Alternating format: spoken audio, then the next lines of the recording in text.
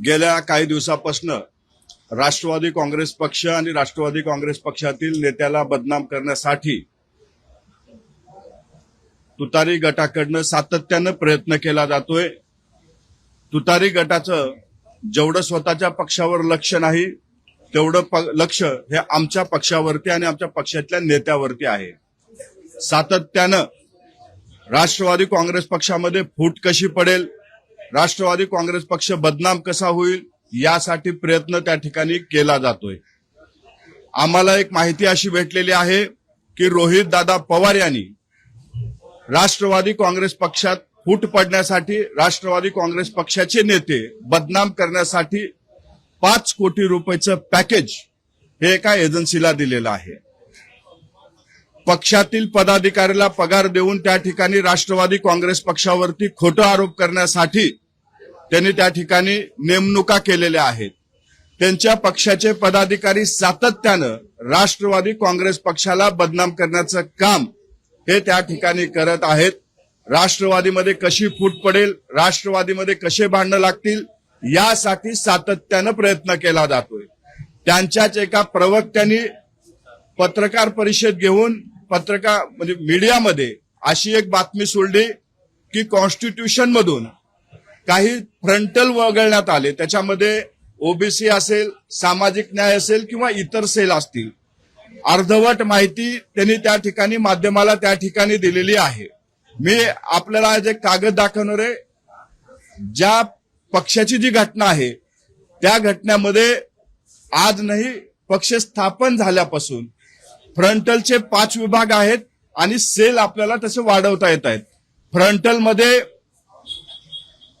एक येते father body, दुसरं येतं राष्ट्रवादी महिला काँग्रेस, त्याच्यानंतर युवकची बॉडी आणि त्याच्यानंतर विद्यार्थी आणि सेवा दल हे फ्रंटलचे प्रमुख म्हणून त्या ठिकाणी पक्षाच्या कॉन्स्टिट्यूशन मध्ये असतं। हे मी आज आपल्याला या ठिकाणी दाखवतोय आणि हाच कागद दाखवून महाराष्ट्राच्या जनतेची दिशाभूल करण्याचं काम हे त्यांनी केलेलं आहे। त्यांनी असं सांगण्यात आलं की सेवा दल, ओबीसी सेल, सामाजिक न्याय, अल्पसंख्याक हे सेल फ्रंटल मधून वगळण्यात आलेले आहेत। हे सेल कधीही फ्रंटल मध्ये नव्हते, ते सेल म्हणून त्या ठिकाणी राष्ट्रवादी काँग्रेस पक्षामध्ये कार्यरत होते।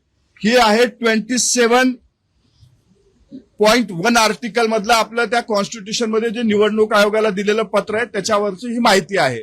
त्याच्यानंतर तुम्हाला जी माहिती भेटली माध्यमामध्ये आली ती डायरेक्ट 30ची आली, त्याच्यामध्ये 28चा पेपर हा पूर्णपणे वगळण्यात आलेला आहे।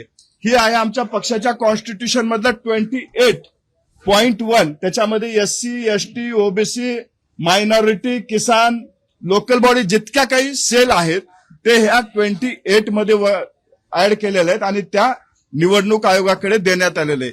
हे आजचं नाही तर हे कॉन्स्टिट्यूशन मध्ये ज्या वेळेस पक्ष स्थापन झाला त्यावेळेस पासून यांना सेलचा दर्जा देण्यात आलेला आहे। आणि मी जे आधी आपल्याला सांगितलं, महिला, युवक, विद्यार्थी, सेवा दल आणि फादर बॉडी हे फ्रंटल मध्ये मोडले जातात, परंतु जाणीवपूर्वक राष्ट्रवादी काँग्रेस पक्ष कसा अडचणीत येईल, राष्ट्रवादी काँग्रेस पक्षाची कशी बदनामी होईल, राष्ट्रवादी काँग्रेस पक्षाची प्रतिमा कशी मलिन होईल यासाठी सातत्यानं प्रयत्न रोहित दादांच्या टीमकडनं केला जातोय।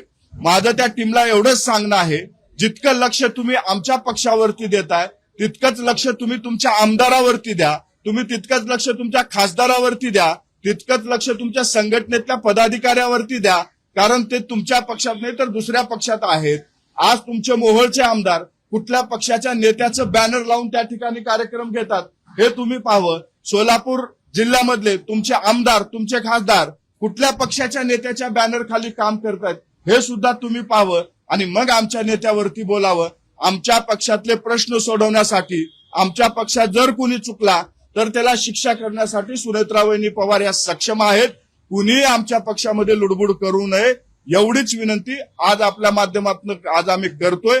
ह्याच्या पुढे जर राष्ट्रवादी काँग्रेस पक्षावरती टीका टिप्पणी केली तर जशास तसं उत्तर आमच्याकडनं दिलं जाईल। परंतु सातत्यानं रोहित पवार हा आरोप करतात की सुनेत्रा पवार या पक्षाच्या राष्ट्रीय अध्यक्ष आहेतच, परंतु अजित पवार यांच्या निधनानंतर सुनील तटकरे, प्रफुल्ल पटेल यांनी खरं तर कॉन्स्टिट्यूशन मध्ये चेंज मोठ्या प्रमाणात केलेले होते। कॉन्स्टिट्यूशन मध्ये चेंज असे करण्यात आलेले होते की जिथे वर्किंग कमिटीला सगळे निर्णय घेण्याचे अधिकार होते त्या ठिकाणी प्रेसिडेंट/वर्किंग प्रेसिडेंट असा उल्लेख जो आहे तो या सगळ्या नवीन कॉन्स्टिट्यूशन मध्ये नमूद करण्यात आलेला होता आणि यालाच आक्षेप कुठेतरी सुनेत्रा पवारांनी घेतला आणि सुनेत्रा पवारांनी खरं तर पत्र लिहिलं इलेक्शन कमिशनला की हे सगळे जे काही कॉन्स्टिट्यूशन मधले अमेंडमेंट दिलेले आहेत ते रद्द करण्यात यावे अशा पद्धतीचं पत्र होतं. मग सुनेत्रा वहिन्यांनी खोटं बोललेलं आहे का? दादाचा निधन झाल्याच्या नंतर दादाच्या पार्थिवाला अग्नी देण्याच्या आधीच काही लोकांकडनं राजकारण त्या ठिकाणी चालू झालं होतं. पक्षामधला काही अंतर्गत निर्णय आहेत ते निर्णय बाहेर सांगून नाही, पूर्णपणे आमच्या पक्षातील नेत्यांनी अजितदादाच्या कुटुंबाच्या ताब्यात कसा पक्ष राहील यासाठी प्रयत्न केलेला आहे. अनेक लोकांनी डावपेच चालू केलेले होते, त्यांचे डावपेच हाणून पाडण्यासाठी अशा पद्धतीचं काही बदल करावे लागले असतील तर केले असतील, परंतु याबाबत वरिष्ठ नेते तुम्हाला योग्यरित्या सांगतील. मी पूर्ण करतो. त्याबाबत वरिष्ठ नेते सांगतील. वहिनी पुढच्या काळामध्ये यावरती आपल्याला ही सांगतील. परंतु आमच्या पक्षामध्ये जर कुणी चुकला तर त्या चुकीला पूर्णपणे शिक्षा करण्याचा अधिकार वहिनीला आहे. त्यामुळं इतरांना आमच्या पक्षात लक्ष घालण्यापेक्षा स्वतःच्या पक्षावर लक्ष ठेवावं एवढंच आमचं म्हणणं आहे. आम्ही सुनेत्रा वहिनी पवार यांच्या नेतृत्वात आमच्या पक्षातले सर्व नेते या ठिकाणी काम करतात. पुढील काळात त्यांच्याच नेतृत्वात हा पक्ष पुढे जाईल. सुनेत्रा पवारांना विश्वासात न घेता होणार होत्या उद्या 10 दिवसानंतर, तर मग 16 तारखेला हे पत्र का देण्यात आलं? मी आपल्याला 10 दिवसानंतर हे पत्र रद्द करा. मधल्या काळामध्ये जो काही पत्रव्यवहार झाला असेल तो रद्द का नलिफाय करण्यात यावा. अजितदादाच्या अपघाती निधनानंतर बारामतीमध्ये विद्या प्रतिष्ठान या ग्राउंडमध्ये पार्थिव ठेवलं असताना काही त्या ठिकाणी राजकीय घडामोडी घडत होत्या, जेणेकरून अजितदादाचं कुटुंब या गोष्टीपासून दूर राहिलं पाहिजे या पद्धतीच्या हालचाली त्या ठिकाणी आम्हाला जाणवल्या. त्यामुळं अशा पद्धतीचं काही पावलं उचलावे लागले असतील तर आमच्या नेत्यांनी उचलले असतील, परंतु आमच्या पक्षांतर्गतले जे काही विषय आहेत ते विषय सोडवण्यासाठी सुनेत्रा वहिनी पवार ह्या सक्षम आहेत. बाकीच्यानं लुडबुड करू नये एवढंच आमचं म्हणणं आहे. म्हणताय लुडबुड करू नये, परंतु राष्ट्रीय अध्यक्षांना अंधारात ठेवून सुनेत्रा पवारांना अंधारात ठेवून तुमच्या दोन नेत्यांनी हे काम केलंय का? हे तुम्हाला मान्य आहे का? नाही, आमच्या नेत्यांनी काय केलंय, कशासाठी केलंय ते वहिनी पुढे त्यांनी सगळ्या गोष्टी सांगितलेल्या आहेत. वहिनीलाही त्या माहिती आहेत. त्याच्यामुळं आमच्या पक्षांतर्गतला तो विषय आहे. त्याच्यामुळे इतरांनी याच्यामध्ये आपली लुडबुड थांबवावी एवढंच आमचं म्हणणं आहे. परंतु सुनेत्रा पवार घडत असताना राष्ट्रीय अध्यक्ष ऐवजी कार्याध्यक्षाकडे ताकद द्यावी, त्यांच्याकडे सर्वाधिकार द्यावे, एवढे तुम्हाला गरज का वाटली? कारण की सगळ्या ज्या वेळेस राष्ट्रीय अध्यक्ष म्हणून अजितदादा होते, अजितदादाच्या निधनानंतर काही हालचाली त्या ठिकाणी घडल्या होत्या. पक्ष दादाच्या कुटुंबाच्या ताब्यात राहावा यासाठीचा तो प्रयत्न होता. दादाच्या कुटुंबालाच त्या ठिकाणी आमच्या नेत्यांनी राष्ट्रीय अध्यक्ष म्हणून बसवलेलं आहे आणि त्याच्यानंतर जे काही पत्रव्यवहार झालाय तो कुटुंबाच्या ताब्यात पक्ष राहावा यासाठीच झालेला आहे. ही पक्षांतर्गतचा विषय आहे. त्याच्यामुळं आम्ही ह्या सगळ्या गोष्टी बाहेर सांगू शकत नाही. आमच्यावरती अजितदादाचे संस्कार आहेत. त्याच्यामुळं जे काही राजकारण काही लोकांनी चालू केलं होतं त्या राजकारणामध्ये आमचा पक्ष दादांच्या कुटुंबाच्या ताब्यात राहावा यासाठी केलेलं आहे आणि याबद्दल सविस्तरपणे आमचे ज्येष्ठ नेते बोलतात. राष्ट्रीय अध्यक्ष पदाचे संविधानामध्ये तुमच्या पक्षाची जी घटना आहे त्याच्यामध्ये जो बदल करण्यात आला, तुमचं संविधान असं सांगतं की त्याच्यासाठी राष्ट्रीय कार्यकारिणी होणं अपेक्षित. राष्ट्रीय कार्यकारिणी झाली ना, असं मग या तिघांच्या सहीचं पत्र पुन्हा पहिला प्रश्न, तर या सह्या त्यांच्या आहेत की नाही? बघा, निवडणूक आयोगाचा आणि पक्षाच्या कॉन्स्टिट्यूशन मध्ये असा नियम आहे की जर अपघाती एखादी व्यक्तीचा अपघाती किंवा पक्षामध्ये इमर्जन्सी आलं तर पक्षाकडून जो सेकंड फळीचा नेता असतो त्याच्याकडे ते अधिकार दिले जातात किंवा ते बाय डिफॉल्ट तशा कॉन्स्टिट्यूशन नुसार जात असतात. ते जनरल मी तेच सांगतोय. परंतु आमच्या पक्षामध्ये कार्याध्यक्ष या नाव राष्ट्रीय कार्याध्यक्ष म्हणून प्रफुल्लभाई त्या ठिकाणी काम पाहिजे. या सगळ्यांनी मिळून जनरल सेक्रेटरी तटकरे साहेब पण होते. या सगळ्यांनी मिळून मिटिंग बोलवली आणि मिटिंगच्या नंतर सुनेत्रा वहिनी राष्ट्रीय अध्यक्ष होतील यासाठी पूर्णपणे प्रयत्न केला आणि वहिनी दादाच्या कुटुंबाच्या ताब्यात पक्ष देण्याचं काम केलं.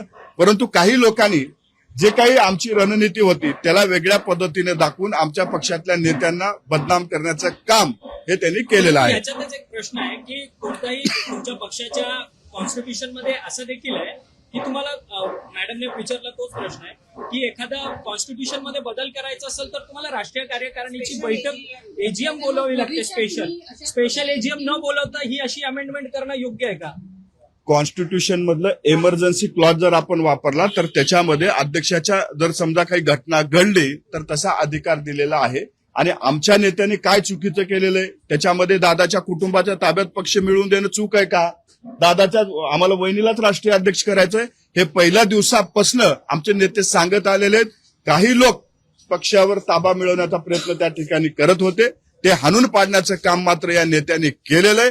पुढच्या काळामध्ये सुद्धा आम्ही आमचे नेते सुनेत्रा वहिनीच्या नेतृत्वात काम करतो. याला जोडून माझा प्रश्न आहे, जसं तुम्ही म्हटलं की काही लोक पक्ष हायजॅक करायच्या प्रयत्नात होते, दुसरीकडे तुम्हाला अशी भीती होते का की जर राष्ट्रीय अध्यक्ष किंवा या सगळ्यात अधिकारी जर कोणी नसेल तर तुमच्यासोबत असलेली माणसं पुन्हा एकदा पवार साहेबांकडे जातील आणि त्यामुळे या घडामोडी तुम्ही बदलल्या आणि लवकरात लवकर जे तो पदवर चेंज. आमच्या पक्षातला एकही पदाधिकारी इतर कुठल्या पक्षात जाणार नाही. अजितदादाच्या नेतृत्वावर विश्वास ठेवून अजितदादाच्या विचारावर काम करणारी लोक आज पक्षामध्ये आहेत.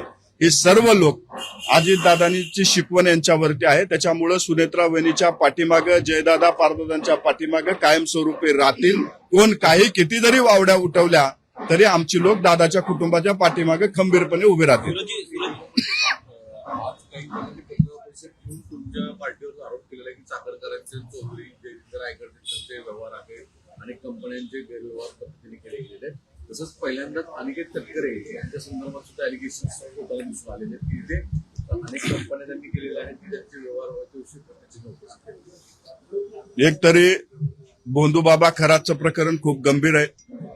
या प्रकरणामध्ये सखोल चौकशी चालू आहे. एसआयटीच्या माध्यमातून महाराष्ट्राच्या मुख्यमंत्र्यांनी त्या ठिकाणी चौकशी लावलेली आहे. याचा तपास चालू असताना त्याच्यावरती अधिकचं बोलणं मला वाटतं कुठेतरी योग्य नाही. आमचं म्हणणं एवढंच आहे, या प्रकरणात कुठल्याही पक्षाचा असेल जर तो दोषी असेल तर त्याच्यावर कारवाई व्हावी.